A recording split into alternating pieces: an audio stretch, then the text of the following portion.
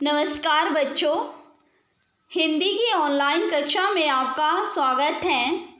आज हम कक्षा छठी पाठ 6 पार नज़र के भाग 1 पढ़ेंगे। इस कहानी के लेखक हैं जयंत विष्णु नार्लिकर। मराठी से अनुवाद रेखा देशपांडे ने किया है।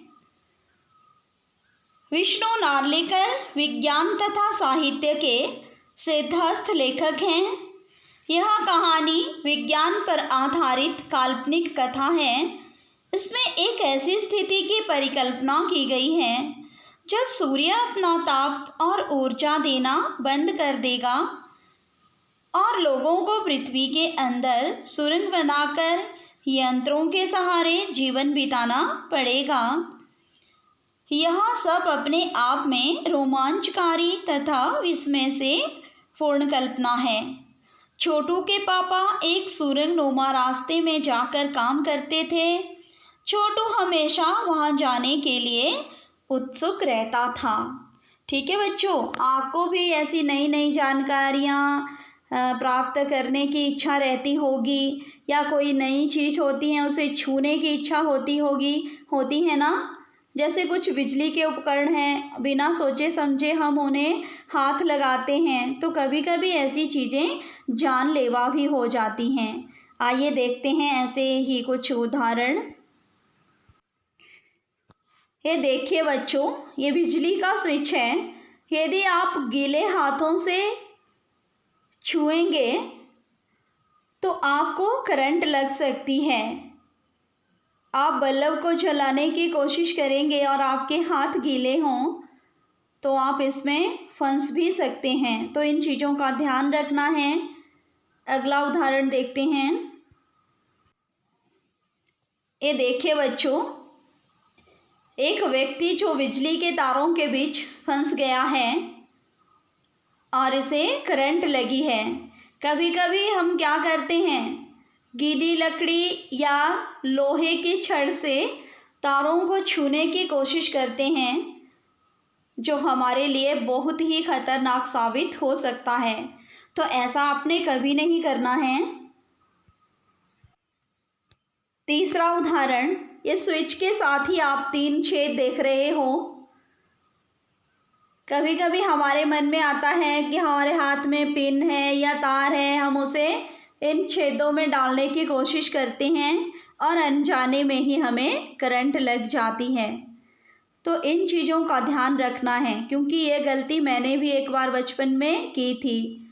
उस दिन लाइट कम थी, मैंने सोचा करंट नहीं लगेगी, इतना ज्ञान नहीं था और मैंने हेयर पिन इसमें डाल दी तो एक झटके के साथ में दूर जा पड़ी थी बच्चों। लेकिन शुक्र है भगवान का कि जान बच गई। आपने ऐसी चीज़ें नहीं करनी हैं। इस कहानी में भी जो छोटू एक बच्चा है तुम्हारी तरह, ऐसी ही हरकतें करने की कोशिश करता है। तो आइए जानते हैं कहानी के माध्यम से कि छोटू ने क्या किया कंट्रोल रूम में जाकर। पार नज़र के, इसका अर्थ है दृष्टि के उस पार। वहाँ एक सुरंगनुमा रास्ता था। आम आदमी के लिए इस रास्ते से होते हुए जाने की मनाही थी, लेकिन छोटू ने एक दिन अपने पापा का सिक्योरिटी पास लिया और जा पहुंचा सुरंग में। फिर क्या हुआ? छोटू, कितनी बार कहा है तुमसे कि उस तरफ मत जाया करो? फिर पापा क्यों जाते हैं उस तरफ रोज रोज? पापा को काम पर जाना होता है। रोजाना यही वार्तालाप हुआ करता था छोटू की माँ और छोटू के बीच। वार्तालाप मतलब बातचीत, रोजाना, प्रतिदिन। उस तरफ एक सुरंगनुमा रास्ता था और छोटू के पापा इसी सुरंग से होते हुए काम पर जाया करते थे। आम आदमी के लिए इस रास्ते से जाने की मनाही थी। चंद चुनिंदा लोग ही इस सुरंगनुमा रास्ते का इस्तेमाल कर सकते थे। और छोटू के पापा इन्हीं चुनिंदा लोगों में से एक थे। चंद मतलब कुछ, चुनिंदा चुने हुए, इस्तेमाल प्रयोग। आज छुट्टी थी और छोटू के पापा घर पर ही आराम कर रहे थे। नज़र बचाकर चोरी छिपे छोटू ने पापा का सिक्योरिटी पास हथियाही लिया और चल दिया सुरंग की तरफ। हथियाना मतलब कब्जा करना, ले लेना किसी चीज़ को। वैसे तो उनकी पूरी कॉलोनी ही जमीन के नीचे बसी थी। यहाँ जो सुरंगनुमा रास्ता था, अंदर दिए जल रहे थे और प्रवेश करने से पहले एक बंद दरवाजे का सामना करना पड़ता था। दरवाजे में एक खांचा बना हुआ था। छोटू ने खांचे में कार्ड डाला, तुरंत दरवाज़ा खुल गया। छोटू ने सुरंग में प्रवेश किया। अंदर वाले खांचे में सिक्योरिटी पास आ पहुंचा था। सिक्योरिटी पास मतलब सुरक्षा पास। उसे उठा लिया। कार्ड उठाते ही दरवाज़ा बंद हुआ। छोटू ने चारों तरफ नज़र दौड़ाई। सुरंगनुमा वह रास्ता ऊपर की तरफ जाता था, यानी ज़मीन के ऊपर का सफ़र कर आने का मौका मिल गया था। मगर कहाँ, मौका हाथ लगते ही फिसल गया। सुरंग में जगह जगह लगाए निरीक्षक यंत्रों की जानकारी छोटू को नहीं थी, मगर छोटू के प्रवेश करते ही पहले निरीक्षक यंत्र में संदेहास्पद स्थिति दर्शाने वाली हरकत हुई। इतने छोटे कद का व्यक्ति सुरंग में कैसे आया? दूसरे निरीक्षक यंत्र ने तुरंत छोटू की तस्वीर खींच ली। किसी एक नियंत्रण केंद्र में इस तस्वीर की जांच की गई और खतरे की सूचना दी गई। इन सारी गतिविधियों से अनजान छोटू आगे बढ़ रहा था। तभी जाने कहाँ से सिपाही दौड़े चले आए। छोटू को पकड़कर वापस घर छोड़ आए। घर पर माँ छोटू का इंतजार कर रही थी। बस अब छोटू की खैरियत न थी। छोटू के पापा न होते तो छोटू का बचना मुश्किल था। छोड़ो भी, मैं इसे समझा दूंगा सब, फिर वह ऐसी गलती कभी नहीं करेगा। पापा ने छोटू को बचा लिया। बोले, छोटू, मैं जहाँ काम करता हूँ ना, वह क्षेत्र ज़मीन से ऊपर है। आम आदमी वहाँ नहीं जा सकता, क्योंकि वहाँ के माहौल में जी ही नहीं सकता। माहौल मतलब वातावरण। तो फिर आप कैसे जाते हैं वहाँ? छोटू का सवाल लाजिमी था। मैं वहाँ एक ख़ास किस्म का स्पेस सूट पहनकर जाता हूँ।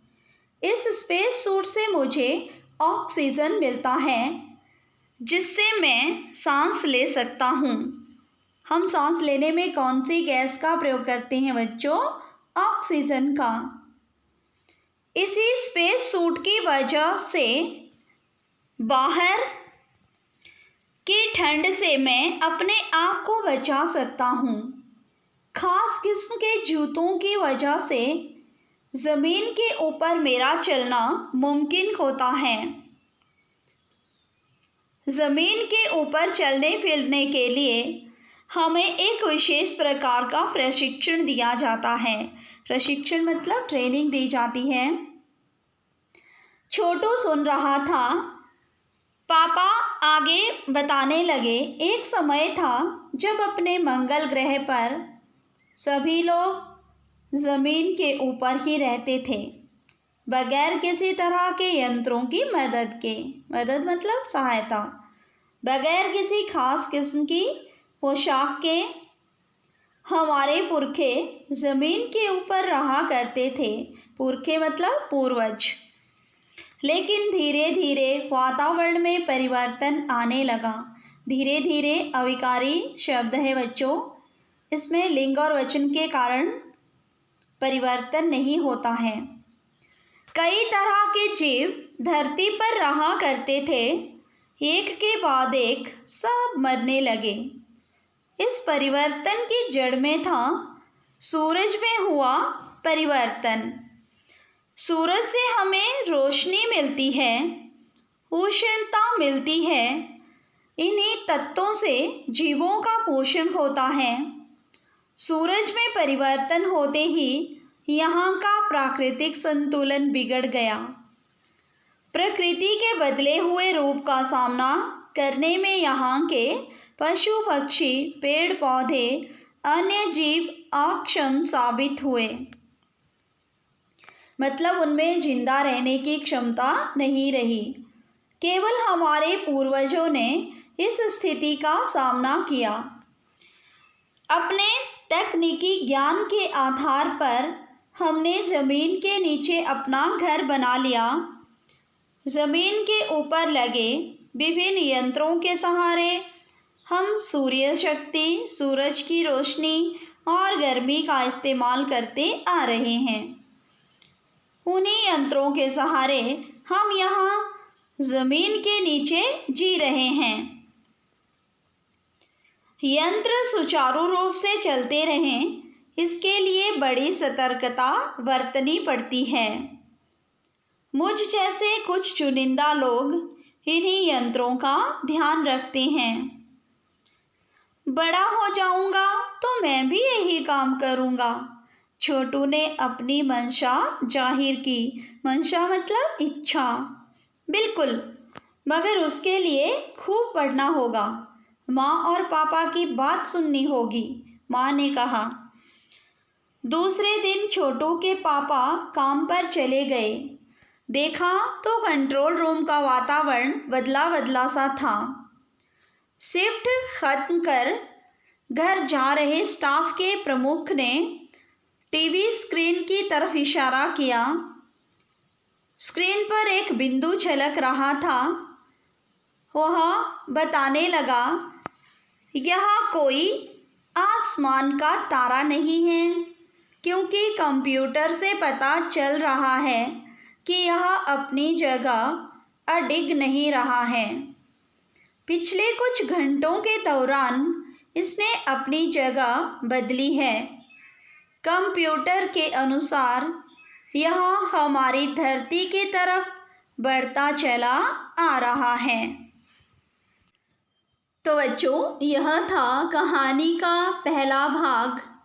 आपने इसका सस्वर वाचन करना है और 5 कठिन शब्दों के अर्थ लिखकर उनको वाक्यों में प्रयोग करना है। आज के लिए इतना ही। कल हम फिर अगली वीडियो के साथ मिलेंगे। तब तक के लिए जय हिंद, जय भारत, धन्यवाद।